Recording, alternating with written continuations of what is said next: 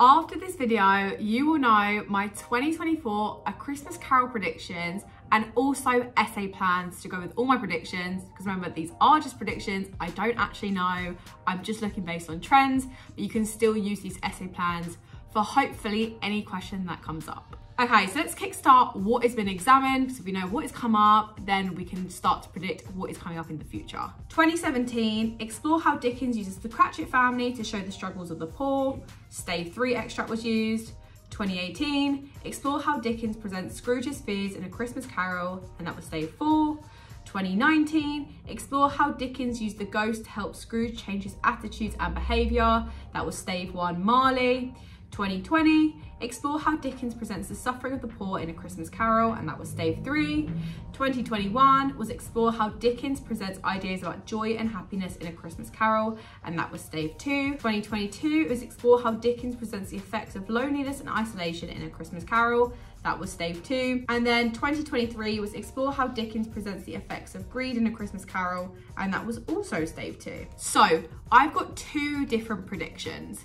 Now again, Christmas Carol is really hard to predict because there's so many different characters. So it's a little bit harder to predict than like Macbeth or Inspector Calls. So I've gone with two predictions. The first prediction is regret/redemption. Now, regret, of course, you regret what you did. Redemption is being saved from sin. And there has been nothing examined on Stave 5 yet. So nothing about Scrooge's change in Stave 5, his transformation. Of course, we do get the question about Scrooge's change previously, but nothing about like regret or redemption. So that could be a good one. And they could give you the extracts, like I said, of Stave 5, of him transforming, him waking up and being light as a feather, or maybe him being a second father to Tiny Tim, or maybe it could link to Scrooge's plead for redemption in Stave 4. And then my second prediction is the importance of kindness/family.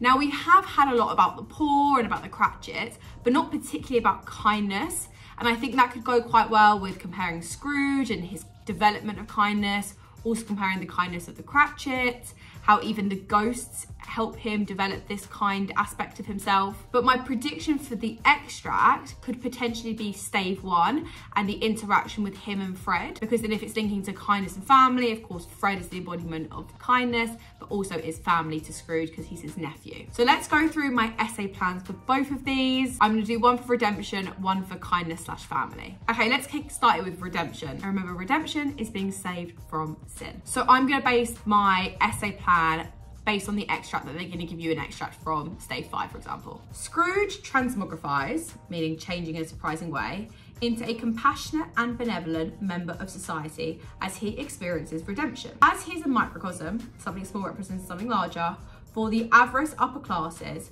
by becoming a paternal figure for Tiny Tim, it exemplifies the power of redemption and its ability to catalyse positive social reform. So here I'm basically summarising how Scrooge's redemption, of course he's granted redemption, or he accesses his redemption, he's saved from sin, and that causes him to be a second father to Tiny Tim, but more linking that to the power of redemption, zooming out, which is a really, really high level thing to do, thinking about not just what it symbolises in terms of the characters, but what it symbolises on the larger grand picture or the larger context of the novel, in the fact that redemption is powerful and it catalyses, so produces social reform. So social reform is society, reforming itself, becoming better, becoming more equal, and that's the link. Now, the evidence I'd use for that, he was a second father, and that would be in Stave 5. So if you guys do want all of this with the key quotes, grade line analysis, key themes, do make sure you check out the Lightup Hub, because we've released the key theme videos that if you just watch those and nothing else, you could still hypothetically achieve a grade 9. Okay, my second paragraph, I'm gonna link it to Scrooge's refusal of redemption. So how he refuses being saved from sin in the beginning. Scrooge rejects redemption in the beginning. He refuses to acknowledge the detrimental, so harmful, consequences of his parsimonious, stingy nature. He wants to remain isolated in his self-destructive cocoon of sin, shunning any idea of change or enlightenment. So we're linking here in the beginning how, especially in Stave 1 and Stave 2, he rejects redemption. He doesn't want to be saved from sin. He's very entrenched, meaning he's very stuck in his parsimonious, so selfish beliefs.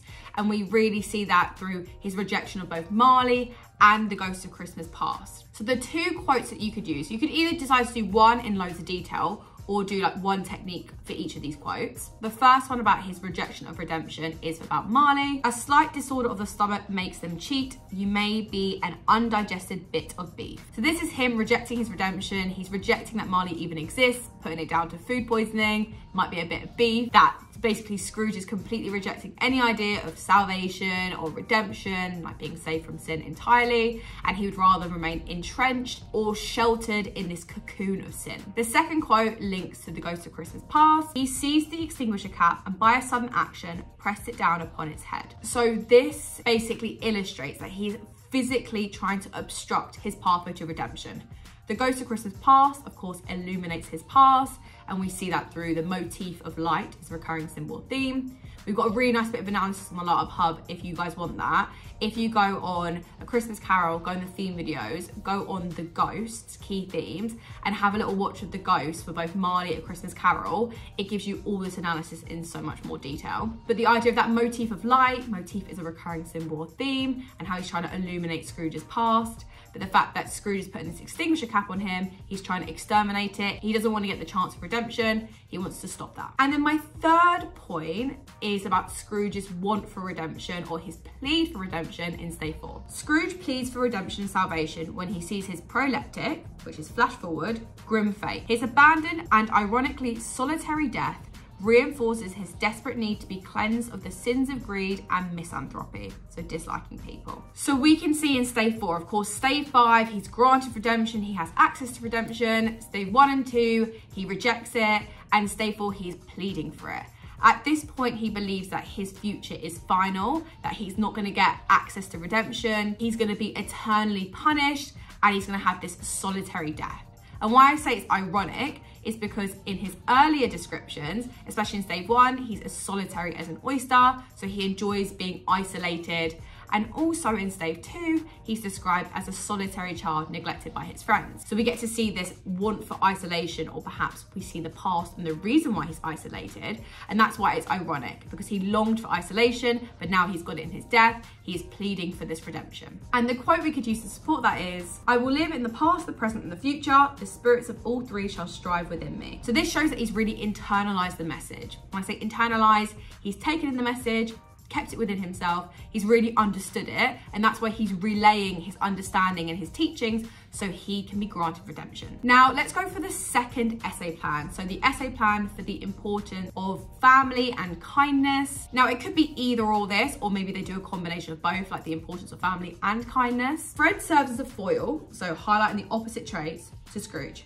His magnanimous, kind nature juxtaposes his uncle's misanthropy, as Fred is compassionate and kind to Scrooge despite his callousness, his cruelty. So it's a really, really nice way to describe Fred, calling him a foil to Scrooge. Now a foil, imagine a foil is another character just used to accentuate the main character's traits. So by having Fred being really benevolent and magnanimous, being really like kind and generous, it really highlights how selfish and ignorant Scrooge is. So that's why he's a foil to him. Such an important thing to comment on. And then the evidence we could use to support that is Fred quote, I'm sorry with all my heart to find you resolute. And then the Scrooge quote, every idiot who goes about with Merry Christmas on his lips should be buried with a stake of holly through his heart. So again, the quotes reinforce that juxtaposition and the fact that Fred is a foil to Scrooge. He's very benevolent, very compassionate and understanding despite Scrooge's callousness, so his cruelty. But Scrooge just exemplifies this true, ignorant and parsimonious, stingy nature. Now my second paragraph would be on the Cratchits and their togetherness as a family. The Cratchits personify benevolence and gratitude. Despite their lack of materialism, their interconnected familial bond makes them spiritually rich. That's a really nice phrase to describe the Cratchits, that they are spiritually rich. Although they're not materially rich, they don't have loads of money and possessions like Scrooge does, spiritually and emotionally they are rich because they have this interconnected family unit. We can see that through the way that they celebrate Christmas together, their interactions, they're very jovial, very benevolent towards one another, so very loving, caring. And of course that is a juxtaposition to Scrooge, who although has materialistic wealth, he is spiritually poor. So a good quote to support that is, "A goose, the rarest of all birds, a feathered phenomenon." So we can see here this gratitude for the goose and how they've come together as a family to celebrate Christmas, this real familial bond, this sense of togetherness, and particularly this emotional interconnection. And then my third paragraph would be about Scrooge's transformation, and I'm going to adapt the point I used earlier about Scrooge transmogrifying my first essay plan, again to show you how they're transferable to multiple paragraphs and how you could link it to kindness and family. Scrooge transmogrifies, so change in a surprising way, into a compassionate and benevolent member of society as he experiences redemption. As he is a microcosm, so something small represents something larger for the avarice, so greedy, upper classes.